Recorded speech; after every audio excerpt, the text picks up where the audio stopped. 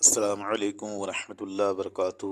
دوستو، اگر ہماری چینل نور اسلام آفیشیل سبسکرائب نہیں کیا ہے تو جلد سے لائک اور سبسکرائب کر لیں۔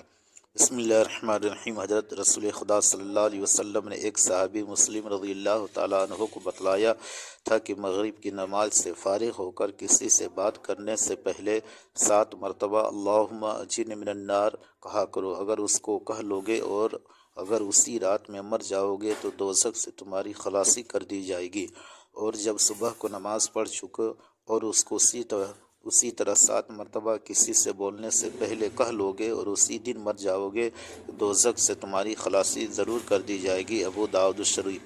حضرت انس رضی اللہ تعالیٰ عنہ فرماتے ہیں کہ رسول خدا صلی اللہ علیہ وسلم اکثر یہ دعا فرمایا کرتے تھے: ربنا آتنا فی الدنیا حسنۃ وفی الآخرۃ حسنۃ وقنا